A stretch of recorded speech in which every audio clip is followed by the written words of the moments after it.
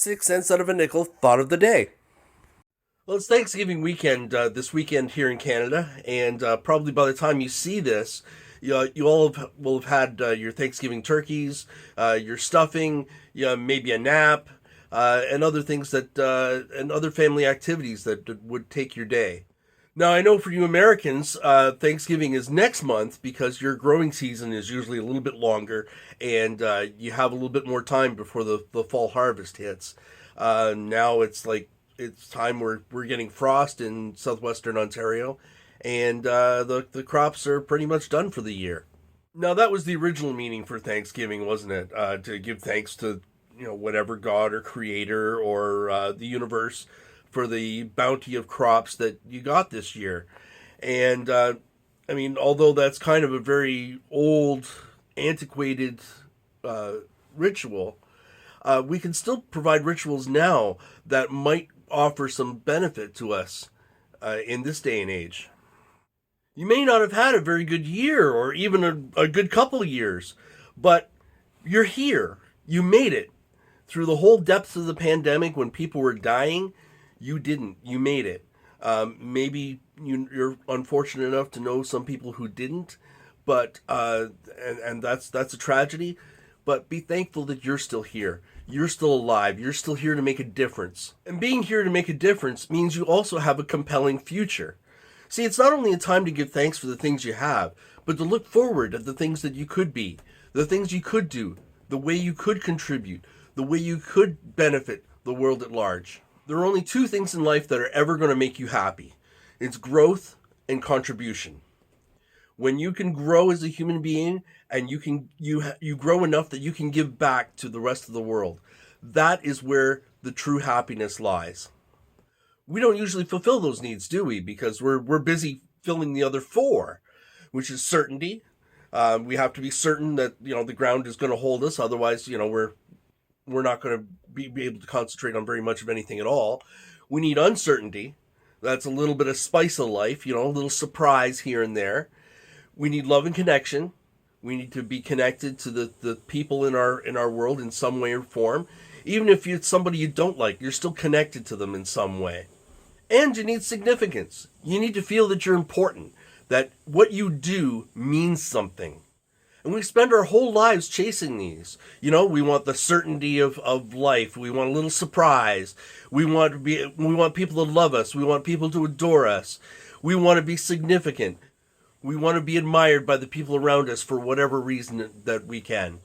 And sometimes we get so busy trying to chase those first four things that we forget to grow as human beings. And there's a reason we grow as human beings. We grow so we have more to give. It's that growth and contribution. And it transcends the other four needs. But we tend to focus a lot more on those first four.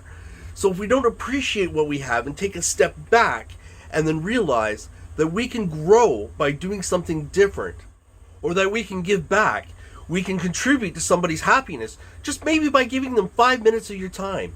That's all it takes sometimes. But it's that giving back that makes the world a difference.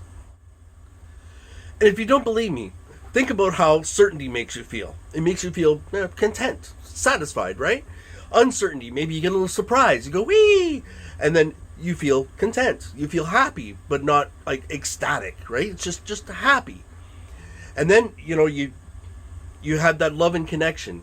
It's like, aw, or you feel good. And when someone makes you feel important, you feel kind of glad, right? All those are good feelings, absolutely.